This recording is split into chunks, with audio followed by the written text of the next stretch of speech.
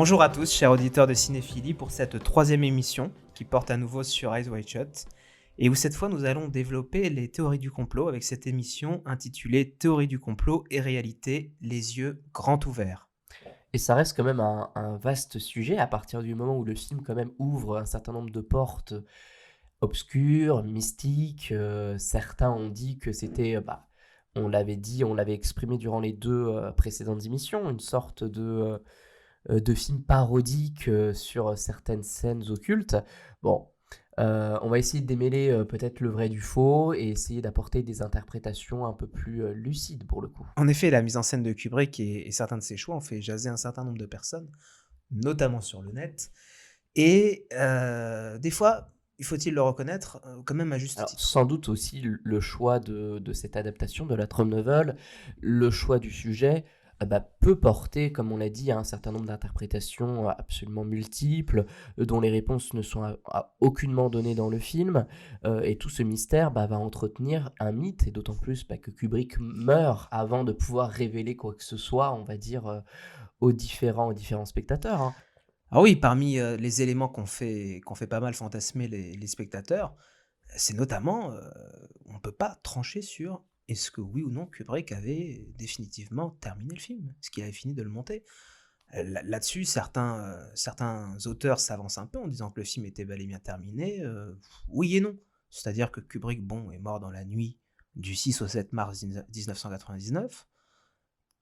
Quelques jours après une première, je dis bien une première, projection du film à Tom Cruise, Nicole Kidman et puis une autre personne dont je ne me rappelle plus le nom. Mais on sait que Kubrick avait pour habitude, même après ce type de première projection, de remanier le film, d'ajouter au montage, de terminer le film en Ouais, fait. c'est un processus créatif. Permanent, c'est jamais fini avec Kubrick.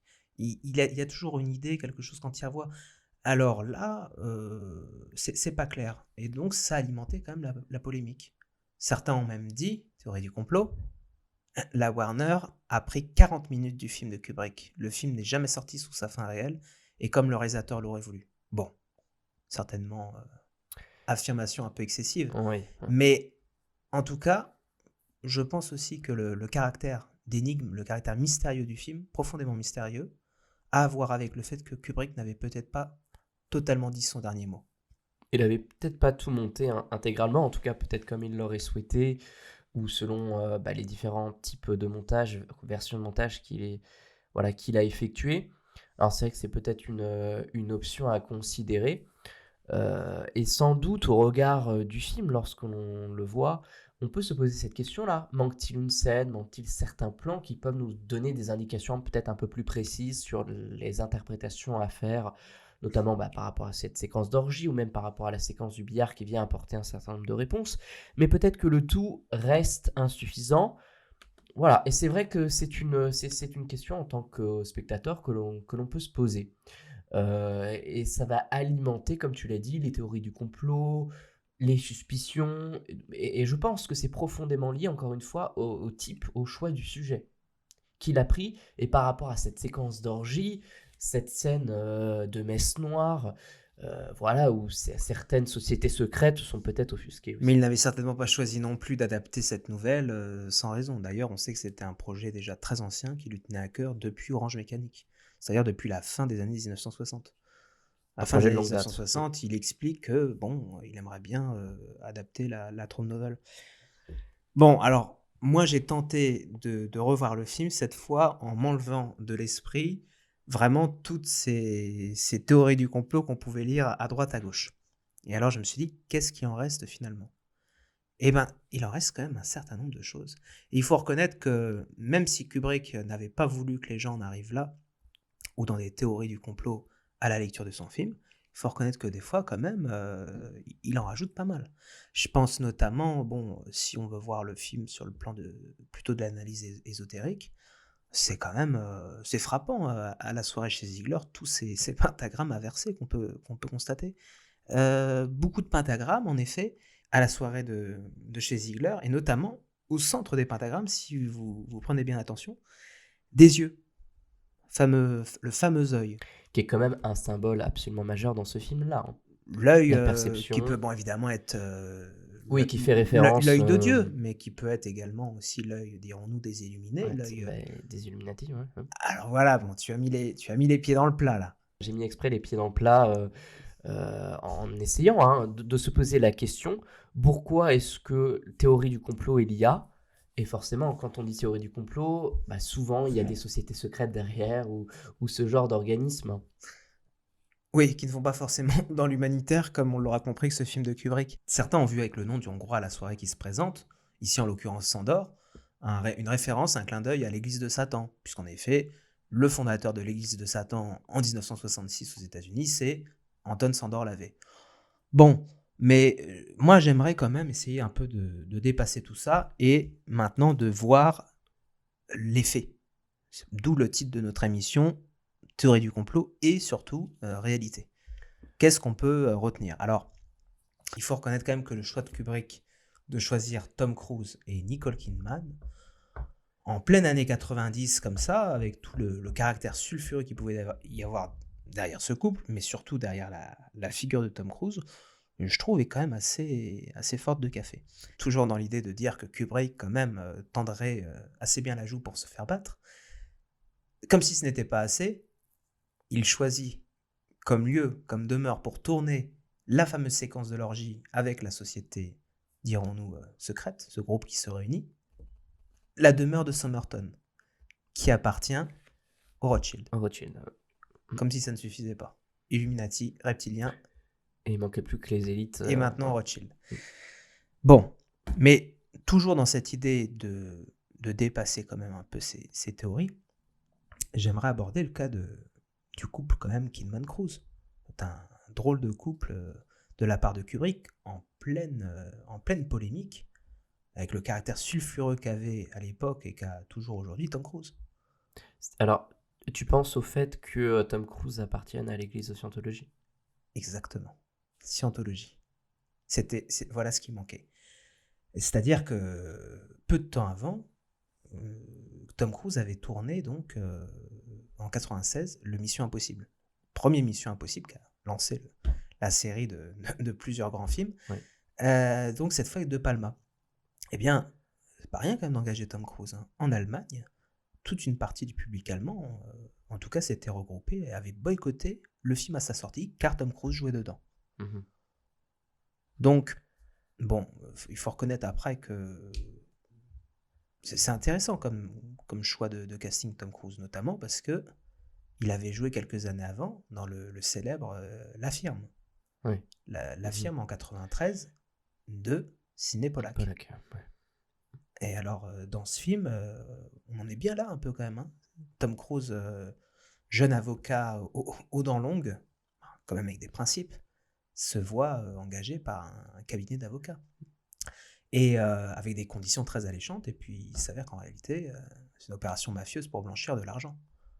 Donc, déjà, dans La Firme, il y avait toute cette dimension de dénonciation d'un complot, ou en tout cas d'un réseau mafieux. C'est pas rien. Maintenant, bon, le film a été en plus réalisé par Pollack. Pollack joue également dans les Watcher, on pourrait dire que c'est pas non plus anodin. Alors là encore, le film ayant alimenté toutes les polémiques, premier film de Kubrick depuis 13 ans, depuis Full Metal Jacket, eh bien, on a tout entendu. Dès 1995, la Warner publie un communiqué. Stanley Kubrick va tourner son prochain film. Ce sera un film qui traite notamment de sexualité, de problèmes de couple, etc., etc. Et là, plein de rumeurs comme ça se libèrent, notamment sur le net. Et alors, qu'est-ce qu'on n'entend pas sur le film? On a même entendu que Sidney Pollack avait été engagé par la Warner comme agent plus ou moins de surveillance de Kubrick, de ce que Kubrick pouvait faire sur le plateau. Oui, en fait, ce que tu essayes de dire, c'est que avant même qu'il commence à tourner son film, il y avait déjà une sorte de processus. Le film alimentait la rumeur. Déjà, le film avait ce caractère vraiment intriguant, mystérieux. Il alimentait toutes les rumeurs. Pareil, il faut rappeler qu'il y a eu pas mal de changements d'acteurs. Finalement, bon, là on voit le film avec Tom Cruise, Nicole Kidman, Sidney Pollack. Il y a eu beaucoup de désistements, notamment parce que tourner avec Kubrick, c'est pas rien. Le vieux bougre s'était assagi, était beaucoup plus agréable, semble-t-il, mais ce n'était pas rien. faisait beaucoup de prises, le tournage était très long. Un engagement avec Kubrick, ça coûtait à un acteur, parce que quand tu fais un contrat exclusif comme ça avec le maître, avec Sidney Kubrick, eh bien, tu dois Stanley Kubrick. Sidney, ah bah tu vois, lapsus. Ouais, c'est drôle quand même, les rapports Ouais, sur un plateau ouais. de Mm. deux quand même grands 2 réalisateurs réalisateurs très grands, ouais. qui vont devoir, et je pense que ça n'a pas été sans tension, notamment au niveau de ce que devait Ouais, faire Pollack dans son rôle de Ziegler. Hein. Ils sont ouais. pas tout à fait très bien compris, hein, Sidney Kubrick. Ça, je recommande. Stanley Kubrick Stanley Kubrick et Sidney et Sidney Pollack. Pollack. Donc oui, tourner avec Stanley Kubrick, c'est pas rien, parce que l'acteur, ici en plus de grande vedette, doit vraiment bloquer leur agenda pendant, alors là c'était 19 mois. Hein. Pendant 19 mois, C'est absolument énorme. il faut refuser tout autre engagement, il faut un accord exclusif, tourner uniquement avec Kubrick. Bon, c'est pas rien. Et pas mal de stars ont jeté l'éponge. C'est-à-dire qu'au départ, finalement, on voit le rôle de Ziegler joué par Sidney Pollack. En réalité, il s'agissait à l'origine de Harvey Keitel. Harvey Keitel devait interpréter le rôle. Il y avait même la scène de la réception. Il y a des rushs, hein, quelque part. Est-ce qu'un jour ils ressortiront?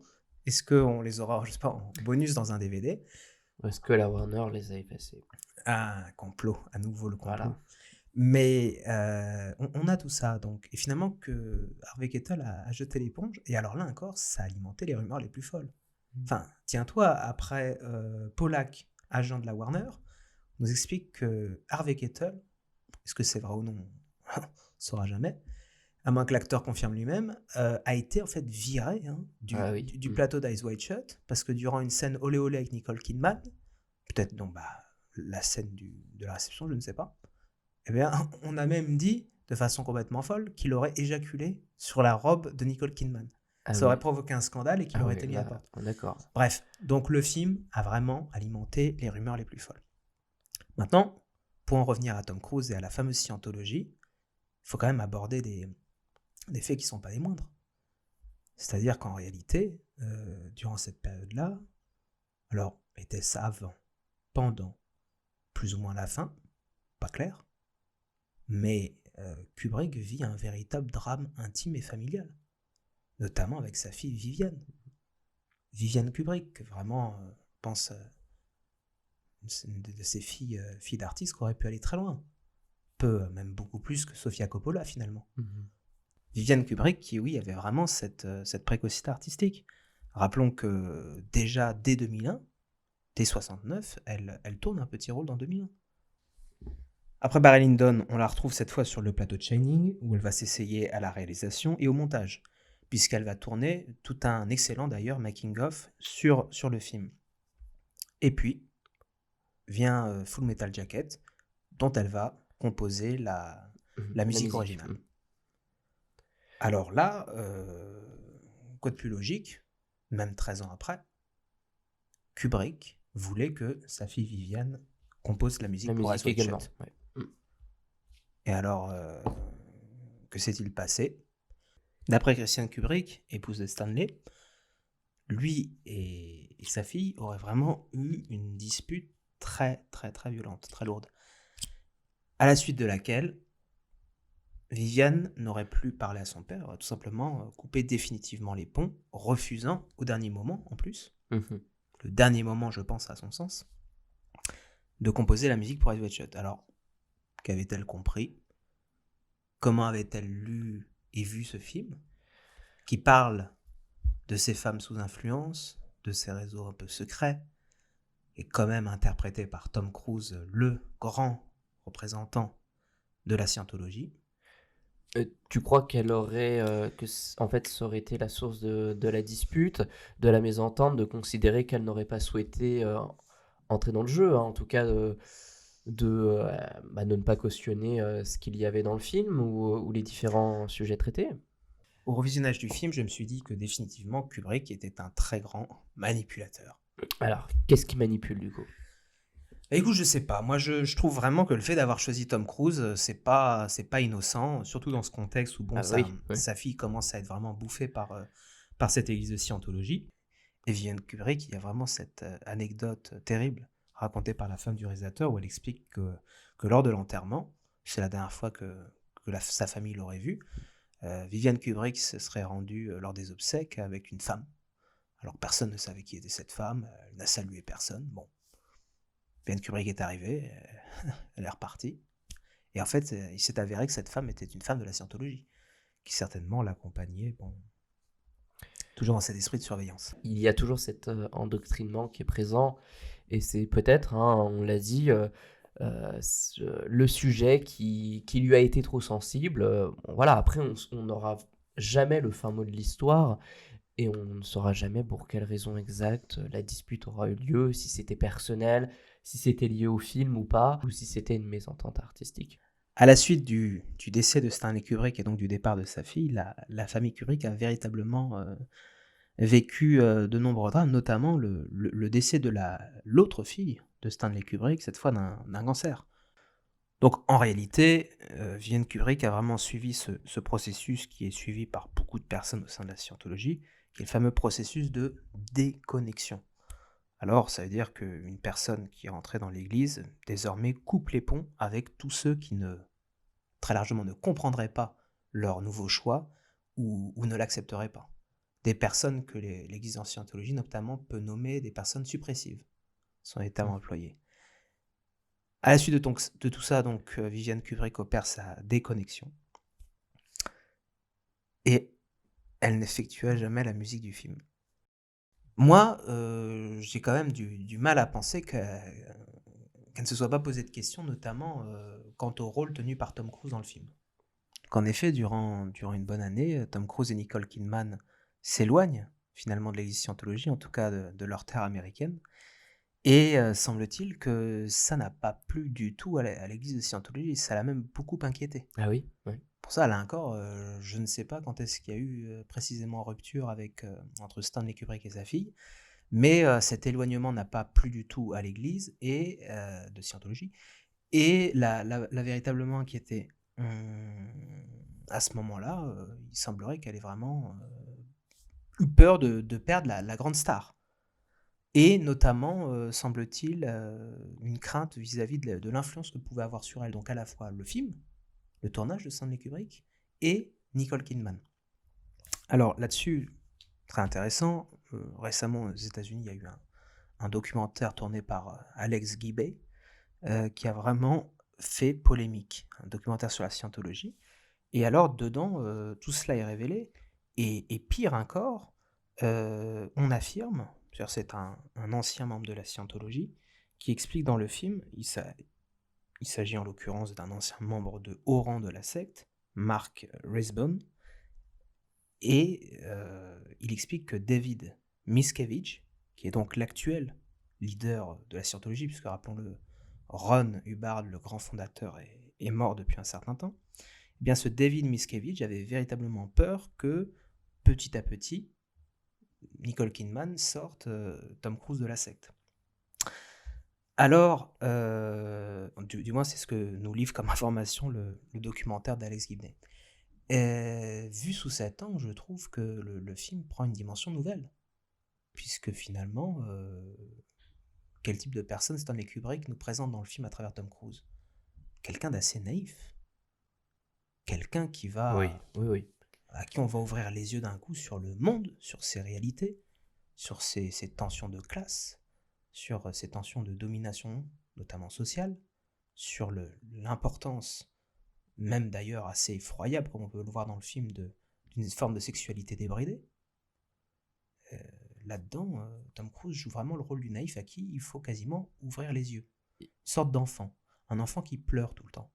C'est intéressant, hein, notamment certains anciens membres de la scientologie, notamment une ancienne membre récemment expliquait que Tom Cruise était finalement assez sévère, hein, comme jugement, explique que Tom Cruise est un enfant de 8 ans dans sa tête. Hmm. Explique qu'ils organisaient des soirées, des fêtes, et que lui voulait jouer à cache-cache. Elle dit littéralement, il est comme un enfant de 8 ans. C'est troublant. C'est Mais du troublant. coup, il y aurait une confusion entre le choix du personnage et le choix de l'acteur, du coup. Écoute, moi, c'est la théorie, c'est ce que j'ai imaginé Mhm. en revoyant le film, vis-à-vis de toutes ces informations, cette fois-ci bien réelles, qui sont totalement factuelles, Ouais. sur Stanley Kubrick et son drame personnel à l'époque. Et donc, on voit véritablement Tom Cruise régulièrement s'effondrer, tomber en larmes, un véritable petit enfant dans le film, hein. Et toujours dans cette idée, une Nicole Kidman qui, elle, est vraiment un élément de lucidité absolue, qui, elle, semble avoir tout compris du début à la fin. Et à la fin du film, d'ailleurs, Tom Cruise vient lui demander son aide, son conseil. Que va-t-on faire? Mhm. Que va-t-on faire, chérie, désormais? C'est elle qui lui répond le fameux fuck.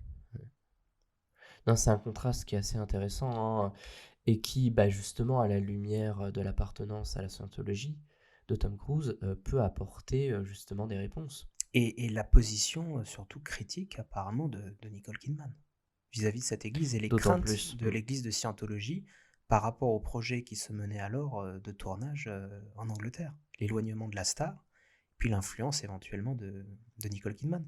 Je lisais des commentaires sur ce que Kubrick pensait de Kidman. Il a l'air d'avoir une certaine admiration, en tout cas d'apprécier Nicole Kidman. Des fois, je me demande vraiment Bah, ses talents de grand manipulateur, si depuis le début, Kubrick n'a pas manipulé Tom Cruise en l'emmenant, en l'engageant dans ce film. Peut-être même dans ce cas, Viviane aurait compris un peu ce que son père, savant des murges, avait entrepris. Mais je me demande. Je sais que Kubrick appréciait Nicole Kidman. Sur le plateau, il lui disait que c'était vraiment une femme forte, une femme volontaire, une femme énergique. C'est comme ça, il l'avait perçu vraiment comme ça. C'est un physique, Nicole Kidman, hein. C'est quelqu'un de grand, en effet d'élancé, d'énergique. hmm. Elle transmet tout ça très bien à l'écran. Tom Cruise, c'est autre chose. C'est déjà un autre gabarit, effectivement. C'est un autre caractère, une autre Mhm. personnalité. C'est autre chose. En tout cas, de la manière dont il la filme, c'est évident qu'il a une certaine perception, une certaine attirance pour Nicole Il la Kidman. filme très sensuellement. Je la Eh ben trouve voilà, oui. vraiment magnifique durant cette scène, Elle est durant la scène du une joint. certaine forme de désir incarné. Et Hein. Ouais. alors, dans le scénario de Raphaël, il est écrit que c'est une femme d'une très grande beauté, en Mm. tout cas très élégante. Effectivement, il n'a pas loupé, elle est très élégante. Et il a une façon de la filmer. Je retiens ses plans de profil De la déshabiller aussi. durant oui, du regard. C'est ce à quoi il nous invite, Oui. du moins dès le premier plan du film. Mm.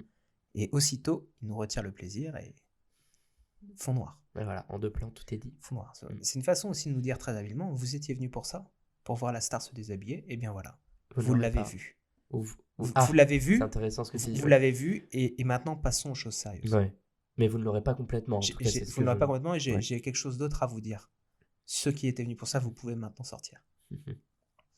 Alors, en l'occurrence, vraiment, je reste sur ces plans de Nicole Kidman durant la scène de juin. Ces plans de profil, elle est filmée avec sa coupe de cheveux. C'est une véritable, je pense, déesse grecque. D'ailleurs, je crois avoir entendu d'autres commentateurs, des observateurs avoir vu ça dans le film. Ah oui. Elle a quelque chose vraiment d'une déesse grecque.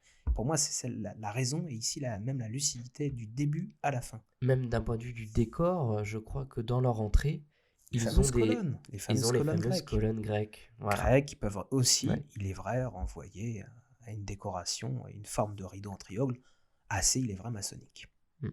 Et donc, personnalité vraiment forte que celle de Nicole Kidman, fille d'un éminent psychologue, famille d'Australie, pas américaine à la base, elle va se révéler au cinéma à Hollywood, notamment avec l'excellent Calme Blanc de Philip Noyce en 1989. Là encore, je pense que Kubrick n'a pas pris non plus Kidman pour rien, et pas seulement parce qu'elle était la femme de Tom Cruise, parce que aussi dans Calme Blanc, on voit toute la force et la détermination qu'a ce personnage. Notamment, en l'occurrence, c'est intéressant parce qu'en opposition face au personnage de Sam Raimi, c'est elle finalement qui mène le voilier, si j'ose dire, dans Calme Blanc. C'est ça qu'elle incarne, c'est ce personnage de femme forte. Ensuite, donc, elle rencontre Tom Cruise sur le tournage de Jour de tonnerre par Tony Scott, et ils vont tourner à nouveau 2 ans plus tard, en 92, ensemble, le film Horizon lointain. Nicole Kidman va d'ailleurs se marier très jeune à Tom Cruise. Elle va se marier à l'âge de 22 ans. 22 ans. Et Tom Cruise, lui, en avait 28. D'ailleurs, elle déclare ensuite, quelques années après, je me suis mariée très jeune, mais ce n'était pas pour avoir du pouvoir, c'était pour être protégée. Fameuse protection Hollywood, Oui. des femmes, Oui. dont on aura l'occasion de reparler, notamment avec Harvey Weinstein. Elle dit donc s'être mariée par amour, mais être mariée tout de même à un homme extrêmement puissant. Ce qui m'a permis, dit-elle, de ne pas être harcelée sexuellement. Je travaillais, mais j'étais couvée. Alors, quand j'ai divorcé à 32 ou 33 ans, c'est presque comme si j'avais à grandir. Intéressant. Ah oui, c'est vrai qu'on va pas faire de l'analyse, hein, pour l'instant de ce genre de comportement, de phrase, mais il y aurait beaucoup à dire. Beaucoup à dire. Ouais. D'ailleurs, est-ce qu'il faut voir à certains moments une forme de dénonciation un peu d'Hollywood et du cinéma, ou de la façon de faire du cinéma, je ne sais pas, mais toujours est-il que selon Frédéric Raphaël, le nom de Ziegler, qui est le seul personnage rajouté par rapport à l'adaptation de la nouvelle qui est extrêmement fidèle, hein. Le personnage de Ziegler, le nom de Ziegler vient de l'ancien agent artistique de Frédéric Raphaël, qui était un célèbre Ah agent ouais. artistique hollywoodien. C'est Ziegler. c'est drôle ça. Ouais. Intéressant aussi. Mm. Alors donc, effectivement, depuis, Tom Cruise et Nicole Kidman ont divorcé, et semble-t-il que véritablement, ce fameux et actuel leader de la scientologie, David Miscavige, avait poussé Tom Cruise et conjointement à espionner Nicole Kidman, puisqu'il semble-t-il, une fois que la scientologie est parvenue à remettre la main sur Tom Cruise, l'aurait convaincu que Nicole Kidman pouvait véritablement lui nuire. Alors donc, conjointement et avec l'accord et la volonté de Tom Cruise, ils ont mis celle-ci sous écoute, en engageant un détective privé. C'est du moins les révélations que l'on obtient avec ce film, je le recite, d'Alex Gibney, mais là encore, évidemment, le principal intéressé, Tom Cruise, a totalement nié. Et enfin, intéressant de voir que, finalement, Tom Cruise et Nicole Kidman n'ont jamais eu d'enfants, du moins d'enfants biologiques, mais ils ont adopté 2 enfants. Et ces 2 enfants, un garçon et une fille, se sont tournés, eux, vers la scientologie. D'ailleurs, récemment, l'un de ses enfants, la fille adoptive, expliquait ne pas être très proche finalement de son père, mais ne pas voir sa mère adoptive Nicole Kidman. Elle leur expliquait, selon ses propres termes, ma mère est une putain de personne suppressive. Ah, oh là là, ouais, d'accord. Voilà. Alors après, ils ont eu un enfant cette fois, par contre, avec Cathy Holmes, Mm. qui était sa Oui, seconde épouse. oui. Et alors, par contre, là, cet enfant, lui, n'a pas du tout suivi apparemment la scientologie. D'après des informations assez récentes, il semblerait que Tom Cruise n'a pas vu son fils depuis 6 ans. Il aurait organisé une sorte d'opération médiatique où là, les médias l'auraient pris en photo, mais c'était uniquement, semble-t-il, pour soigner sa carrière d'acteur. Mais en réalité, ce fils n'étant pas scientologue, Tom Cruise ne le verrait même pas. Il ne le veut plus Alors que pourtant, voir, d'après oui. les accords du juge, il semble qu'il aurait le droit à un certain nombre de visites, hein. Oui, mais ce ne sont pas les accords de la scientologie alors. Exactement. Ouais. Alors donc, est-ce qu'il n'y a pas un peu, sachant que Kubrick avait vraiment cette habitude d'écrire et de réécrire ses films, une écriture permanente, bien que le film était très structuré, très préparé, hein, c'est pas le contraire que je dis, mais il ajoutait toujours comme ça au fur et à mesure.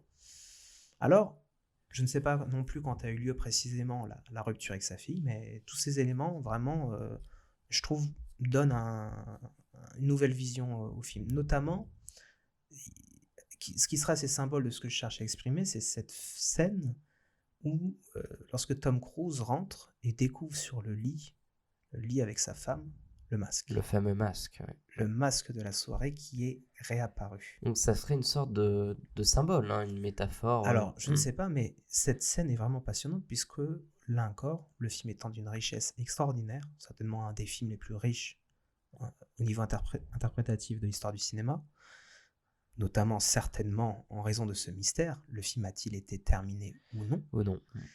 Eh bien, on peut voir dans cette scène plusieurs choses. En effet, le masque peut renvoyer à la mauvaise conscience de Tom Cruise, de Bill. Lui qui est allé tenté par son ami et son esprit méphistophélique, tenté donc parce qu'il pouvait trouver à cette séance d'orgie, il s'y est rendu. On peut donc voir ça, le masque finalement, alors que Tom Cruise l'avait dissimulé, caché dans une sorte de coffre, le masque est réapparu. Et là, on est vraiment dans le film fantastique, quasiment le film d'horreur, ou plus de manière plus comique, comme dans The Mask de Jim Carrey, c'est-à-dire que Jim Carrey lance le masque à l'eau et le masque le revient. Voilà. Là, il y a de ça, et donc on peut interpréter ça comme ça. Il y a un renvoi comme ça vers la mauvaise conscience, le jeu de tromperie des masques de duperie de Tom Cruise. Et donc, ils font en larmes, encore comme un Il petit éclate en enfant, sanglots, ouais. comme un enfant. Ouais. Encore la virilité vraiment remise en question dans ce film de Kubrick jusqu'au bout. Et il lui dit, je vais tout expliquer. Mais alors, si vraiment il y a derrière toute cette société, cette organisation quasiment mafieuse, cette société secrète, peut-être cette secte, eh bien, la scène peut être interprétée aussi d'une autre manière. Après tout, Tom Cruise est bien suivi dans la rue, quasiment menacé, on le met en garde. Ne cherchez pas à en savoir plus, sinon vous en paierez les conséquences. Et là, à nouveau, Tom Cruise cherche à en savoir plus. Et s'il est surveillé, peut-être finalement que la présence de ce masque sur le lit est une sorte de mise en garde, une menace. Il cherche à en savoir plus. Et souviens-toi, il va à la morgue où il retrouve cette fameuse Mandy. On peut pas dire qu'il soit discret. Mm. C'est pour ça que finalement, on peut imaginer, on peut interpréter aussi comme ça cette scène. C'est-à-dire que Tom Cruise comprend jusqu'au bout que il est tenu. Il est tenu par ces gens-là, il est tenu par ces personnes, et que jusqu'au bout, on lui a même mis le masque sur le lit avec sa femme, ce qui est une façon indirecte donc de le menacer directement, lui et sa femme, et sa fille. Oui, c'est une interprétation que je pense qui tient tout à fait la route, au vu des éclairages qu'on a pu donner sur les différentes sectes, hein. Et comme tu dis, il y a l'interprétation psychanalytique et il y a l'interprétation qui serait plutôt un peu plus pragmatique sur la mise en garde, sur la menace qu'on lui fait directement par rapport à sa femme. Pareil, concernant Christian Kubrick, il faut savoir que toutes ces informations sont finalement assez récentes, hein. Il y a, je crois, quelques années, mais il y a encore quelques années, on ne savait pas tout ça. Christian Kubrick avait totalement gardé le silence sur l'appartenance progressive de sa fille à la scientologie et cette rupture avec son père en plein tournage d'Eyes Wide Shut. Quand précisément, donc toujours je ne sais pas, mais bon. Alors donc elle explique avoir gardé cette appartenance de sa fille secrète et étant persuadée finalement de pouvoir la récupérer. Et constatant au bout de quasiment 20 ans, hein, qu'il n'y avait plus rien à faire, Christian Kubrick aurait livré ces informations. Alors de même, une scène, à nouveau, qui peut prendre une ampleur vraiment, véritablement nouvelle, c'est cette scène du fantasme. Toujours dans cet esprit d'un couple qui serait lui-même le reflet de son propre jeu de couple, du, aux yeux de la société, c'est-à-dire Tom Cruise et Nicole Kidman. Concernant cette scène du fantasme, qui voit-on finalement dans la nouvelle, à l'origine, certes, il y a un marin. Mais la scène prend une dimension tout à fait nouvelle lorsque l'on sait que beaucoup reprochent à la scientologie d'être finalement devenue une véritable organisation paramilitaire. Notamment grâce à son organisation au niveau de la marine. C'est-à-dire que Ron Hubbard était un officier de la marine. Et il est vrai que lorsque l'on consulte les photos de Ron Hubbard jeune en uniforme de l'armée de mer, eh bien, c'est assez troublant. Eh bien, on peut quasiment reconnaître le fameux marin fantasmé et le relier directement à Ron Hubbard. Je t'assure, c'est frappant. Et alors là, à nouveau, c'est fou. Je veux dire, cette Nicole Kidman qui dit, tu vois, elle insiste. J'étais prêt à tout quitter pour cet homme.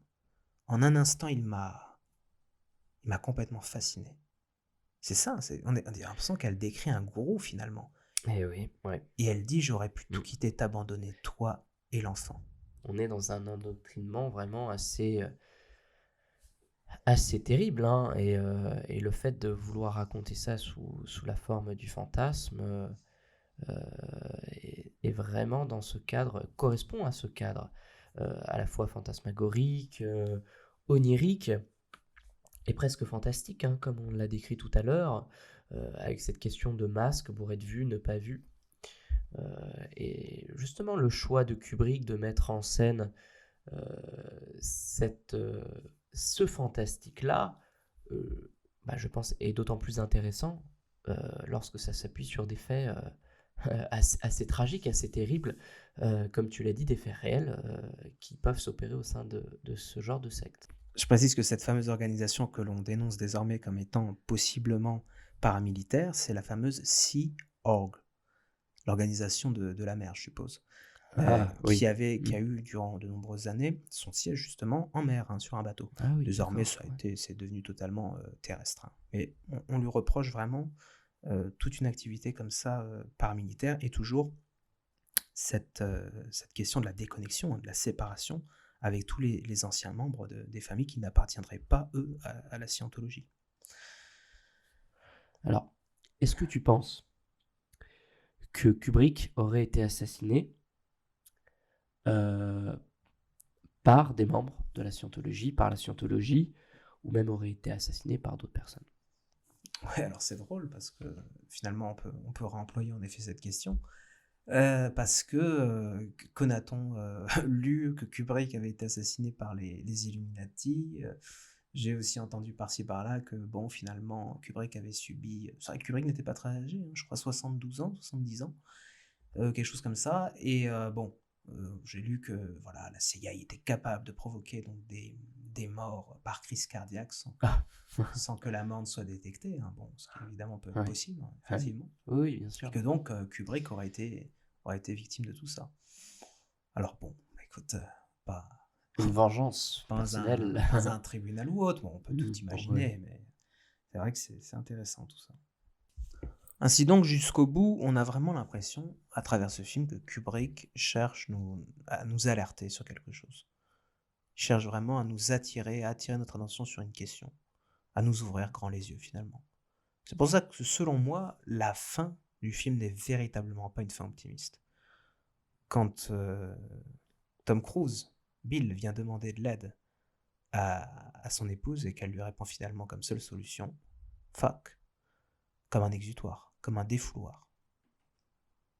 De plus, c'est étrange ces mots que dit Nicole Kidman dans le film. Elle dit, nous devrions être reconnaissants. Should be grateful. Oui, oui, oui. Tout à fait. D'être un corps ici et d'un corps vie. L'un corps peut mener, on peut avoir plusieurs interprétations. En effet, le couple qui était tourmenté, a su dépasser toute une série d'obstacles et est un corps heureux, amoureux. On peut voir ça comme ça. On peut être heureux, on peut Alors remercier la vie. Mais après toute cette tension et notamment ces menaces, on peut aussi penser que on peut être reconnaissant d'être un corps en vie. alors est-ce Ça que peut tu vouloir dire autre vois, chose. cette fin de film comme marquant la fin du couple, ou comme le début de la fin du couple, ou et également comme une sorte de cycle qui ramène au début, puisque le générique, la musique de générique de fin ramène à la musique de générique du début. Oui, alors ça, en effet, on l'avait déjà abordé l'autre fois, tout à fait, hein, c'est la musique, la valse de Tchostakovitch nous ramène au début du film de manière cyclique, effectivement, et là encore, je pense que c'est un clin d'œil ironique, mais pas du tout positif. Donc tu Ça penses que ça ça veut reste dire dans le pessimisme ah oui, parce de la fin? après toutes ces avancées, après tout ce que Bill a vu, tout ce qu'il a découvert, tout va être refermé. Et sa femme décide de ne pas le personnage de Nicole Kidman est d'ailleurs très ambigu, hein. Apparemment, il y a des sous-entendus, on pense qu'elle pourrait elle-même, en être. C'est très, très, très ambigu. D'ailleurs, le fait au début, ce plan où elle se dénude, la robe tombe, qu'on évoquait tout à l'heure en rigolant, il est aussi assez sérieux parce que finalement, ça fait directement écho aux femmes qui se dévêtissent durant le Tu rituel. penses qu'elle est déjà endoctrinée et qu'en fait, Bill, le naïf, n'a plus qu'à ouvrir les yeux sur ce qu'est sa femme et dans quel Notamment, milieu elle évolue? notamment. Mais c'est ça qui est vraiment très, très énigmatique dans le film. C'est peut-être un des passages les plus énigmatiques. C'est qu'au moment où Tom Cruise dit à sa femme, je vais tout te raconter, on s'attend à voir cette scène d'intimité. Ah oui. Et pourtant non, Kubrick choisit l'ellipse. Il choisit l'ellipse et il ne nous montre jamais ce qui s'est dit. On voit juste le résultat. On voit qu'au petit matin, Tom Cruise est comme un enfant dans le canapé en train de pleurer toutes les larmes de son corps. Que Nicole Kidman a l'air plus ou moins en larmes, comme si elle avait pleuré, les larmes séchées, mais toujours une femme beaucoup plus forte, hein. Je Elle, vais elle être ne un peu pleure pas. provocateur. Est-ce que tu penses que c'est du montage ou que Kubrick a filmé la réponse, a filmé la séquence Et qu'elle n'apparaît et pas. qu'elle n'apparaît pas? Eh ben alors ça, Ah là, on ne saura jamais, hein. ça jamais. Mais Bah, si je suis provocateur, je pourrais émettre cette hypothèse. il faudrait connaître le monteur ou alors visionner les rushs. Ou connaître en effet celui qui a les rushs ou qui, voilà, qui les garde Si pour. vous le connaissez, Voilà. nous pouvons le contacter, aidez-nous. Éclairez-nous. Donc, je rebondis du coup, oui, en effet, sur cette fin que toi tu considères comme pessimiste, en fait. Ouais, Donc, définitivement. pour toi, le couple est fini à partir de Pour ce moi, c'est la moment-là. fin au sens large de l'humanité même et du couple.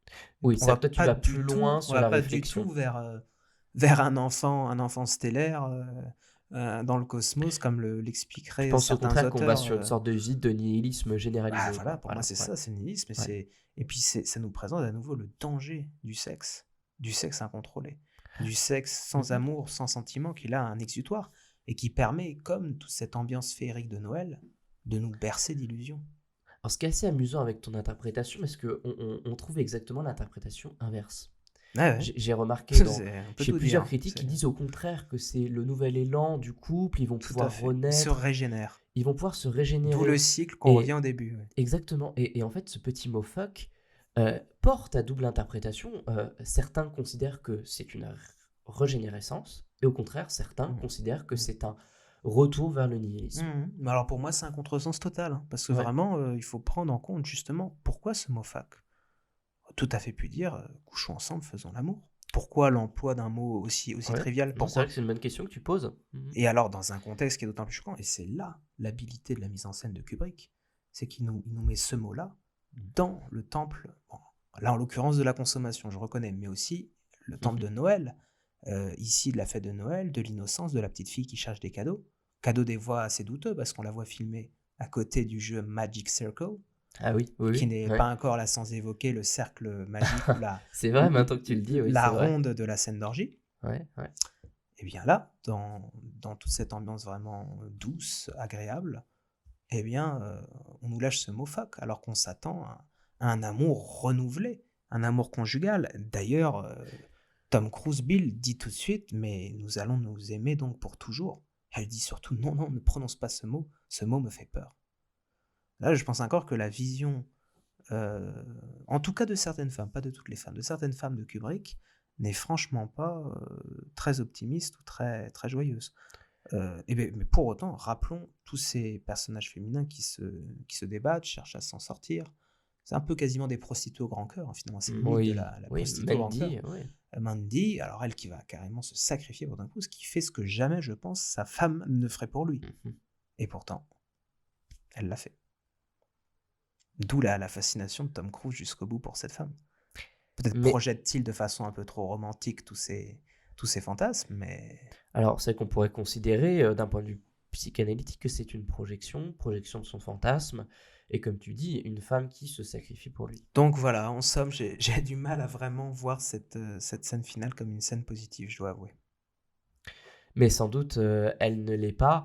En plus, au vu de la filmographie de Kubrick, de ses sujets de prédilection, même de ses films antérieurs, hein, En durant général, les il ne 10 termine dernières pas avec années, des fins joyeuses, hein. c'est vrai qu'on n'en est pas là, hein, Mais peut-être aussi que plutôt qu'optimiste ou pessimiste, il faudrait dire peut-être le mot encore de lucide. C'est d'ailleurs ce que Oui, rappelle Fraisse, hein. c'est Je vrai que crois, elle plutôt que de explique poser une que question peut-être Kubrick n'est pas en ces finalement un termes, pessimiste, un optimiste, il cherche à être lucide. à être lucide, et voilà, il faudrait plutôt Et poser là, cette question-là. c'est ça le thème du film, c'est les Hmm. yeux grands ouverts, c'est ça qu'on recherche, c'est la lucidité. Donc Et sa réponse est très lucide, et lui, par voilà. contre, son propos, Mm. une fois de plus, en effet, est très naïf. Très naïf, exactement. Et sa femme jusqu'au bout, je te dis, était vraiment la lucidité incarnée absolue. Tout à fait. Et tout cela vient se cristalliser, tu l'as dit, dans un décor, dans le décor du D'innocence féerique, mais consumérisme. aussi de la consommation, Voilà, effectivement. on est un peu dans les deux. Enfin, On sent on que est c'est dans une les deux. innocence et une féerique qui est pas vraie, qui est falsifiée, en fait, qui est fausse. Que derrière, il y a quelque chose d'autre. Ici, encore l'argent, le pouvoir. En plus, avec la manière dont il a de le filmer, c'est assez marquant, je trouve, vraiment, de Ouais. suivre les personnages comme ça, à la steadicam, au grand angle. Ça a vraiment un côté qui est très particulier, qui est très détonnant. Tout à fait. Bon, eh ben, je pense que nous en avons fini donc pour ces 3 émissions en tout, hein, quand même, d'Eyes Wide Shut. C'était C'était pas une assez mince intense, hein, il affaire, faut le dire. Bon, nous, parce que pour ces premières émissions, mais c'est vraiment d'un film passionnant. On a eu beaucoup de plaisir à le traiter et nous espérons que vous aurez aussi beaucoup de plaisir à écouter ces 3 émissions. Et donc, nous nous revoyons une prochaine fois pour une émission de cinéphilie qui traitera cette fois de Suspiria. Et peut-être Suspiria, je précise le remake, hein, pas l'original, le remake de Luca Guadagnino. Et peut-être quelques références bibliographiques pour terminer. Oui, parce qu'il y a quand même, fort heureusement, un certain nombre de livres qui sont particulièrement intéressants à lire au sujet de Stanley Kubrick. Je pense en particulier à celui de Michel Simon, Kubrick, qui est absolument formidable, parfaitement illustré, vraiment une très très belle édition que je vous recommande très très fortement. On pourrait également citer le livre de Diane Morel, L'étrange labyrinthe, publié en 2002, au sujet de Eyes Wide Shut. Voilà, j'en dis pas plus, mais également vous verrez un livre très thématique, l'excellent Philippe Fraisse. Hein. On ne peut que le dire, hein, parce que ses travaux sont toujours un réel plaisir à lire. N'oublions pas Michel Chion, d'ailleurs, les deux Michel, Michel Simon et Michel Chion. Oui, ils sont différents, attention. Donc le Philippe Fraisse, le cinéma au bord du monde, une approche de Stanley Kubrick, publiée en 2010. Peut-être également l'excellent Stanley Kubrick, une odyssée philosophique de Sam Azulis, publié en 2011. Ah, moi, j'apprécie également lire le livre de Jordi Vidal, Traité du combat moderne, film et fiction de Stanley Kubrick. Je trouve qu'il a une analyse quand même assez radicale du film, notamment sous l'angle de la lutte des classes et de la question sociale. C'est tout à fait intéressant. D'accord, ouais. Il ose aller au bout de ce sujet. Il cherche justement une approche très, très lucide, très réaliste du film. Ouais, ok. Et enfin, certainement, je dirais Thierry Jousse aussi. Le Thierry Jousse qui a vraiment eu des analyses très intéressantes sur Eyes Wide Shut. Donc voilà, nous vous laissons. Et puis à la semaine prochaine pour cette émission qui portera donc sur Suspiria 2018. Au revoir. Au revoir.